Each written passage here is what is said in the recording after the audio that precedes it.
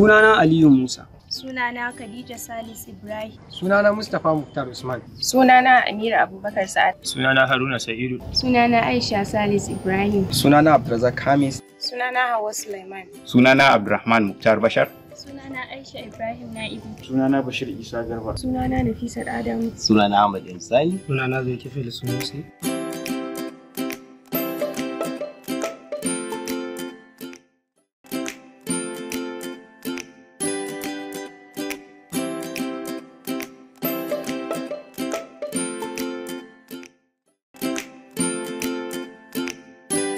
Shawarar da zan baku shine a koda yaushe ku kasance kuna sabunta ko in ce updating manhajojin da ke kan wayoyinku ko na'ura mai kwakwalwar da kuke da ita.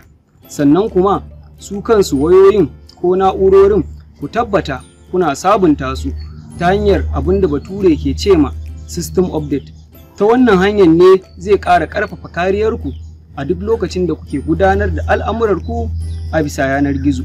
Kar mutum ya kuskura ya danna adireshin yanar gizo ko wani irin talla wanda ke nuni da cewa idan ka danna za ka samu kyautar kuɗi ko katin waya ko kuma data. Wannan tarkon yaudara ne irin na masu damfara. Kar mutum ya dinga amfani da sunansa, aboki ko abokiyar zama, ko kuma shekarar haihuwarsa ko lambar wayansa a matsayin kalaman makullan sirri wato password. Sannan kuma kar mutum ya dinga amfani da password guda ɗaya a shafuka ko kuma manhajoji da dama. Saƙona a gare ku shine, ku kasance kuna kula da ingancin shafukan yanar gizon da kuke ziyarta ta hanyar lura da alamar makulli da ke gaban adireshin shafin ko kuma HTTPS da ke gaban adireshin.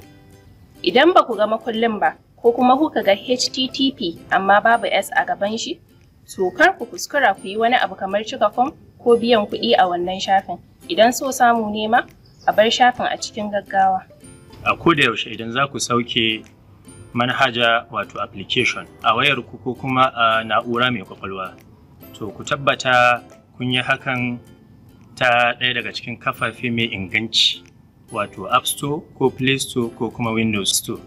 Ku yi ƙoƙari ku kiyaye kanku daga sauke abubuwa wato in ce downloading abubuwa kamar waƙa, hotuna da bidiyoyi daga shafukan da ba su da inganci. Dalili kuwa shine idan kuna mu'amala da shafuka marasa inganci za ku iya sauke manhaja mai leƙen asiri ba tare da sanin ku ba, daga nan kuma sai a samu illa. Ku kokarta a koda yaushe ku dinga amfani da kalaman makullan sirri ma'ana password. Kuma menene shi wannan kalaman makullan sirri? Shi harfa ne ko kuma mu ce nambobi ne wanda zaka harhaɗa su wanda zai zamanto ya kunshi a makullan sirrinka mai ƙarfi, kamar harafin babba ko harafi ƙarami ko number, kuma shine ake kiran shi a turance small letter da capital letter da number da kuma special character. Saboda in dai ka haɗa su zai baka kalaman makullan sirrinka mai ƙarfi. Ƙaurace wa tallace-tallacen da ke yawan ɓullo muku a yayin da kuke amfani da shafukan yanar gizo. Duk da cewa akwai tallacen da ake amfani da su bisa ƙa'ida, amma da yawa daga cikinsu da kun danna su za su ba da damar a cutar da ku.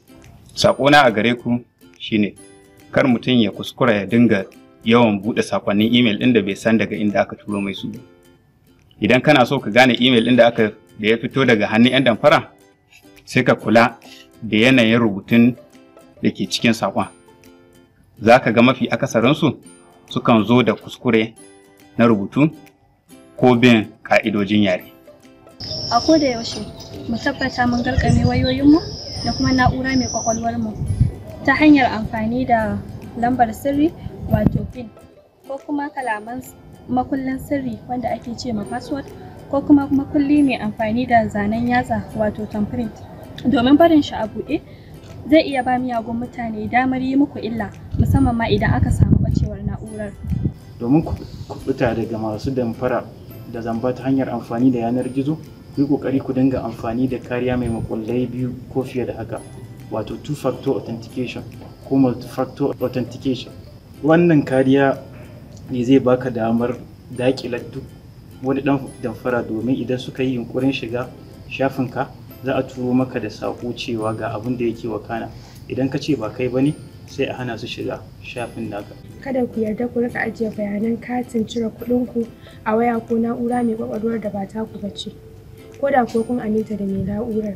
Dalili shine idan aka samu akasi mai na'urar ya faɗa hannun masu damfara ta yanar gizo to kuma ta shafe. A koyaushe ka kasance kuna amfani da kariyar antivirus musamman ma a na'ura mai kwakwalwa, domin wannan ita ce rigakafin kare kai daga faɗawa hannun miyagu musamman ma a yanar gizo. Sannan kuma daga bisani ku tabbata kariyar antivirus ɗin da za ku ɗaura a na'urar ku ingantacciya ce. Ku kauracewa yin amfani da wifi na kyauta a lokacin cinikayyar ku a yanar gizo, musamman irin waɗanda ake samu a wuraren cin abinci, hotel, wuraren shakatawa da sauransu. Domin rashin karfin kariya su zai iya baiwa 'yan damfara damar yi muku illa. Idan lalle ya kasance sai ka yi amfani da wannan wifi ɗin, to ku tabbatar kun yi amfani da abin da ake kira VPN.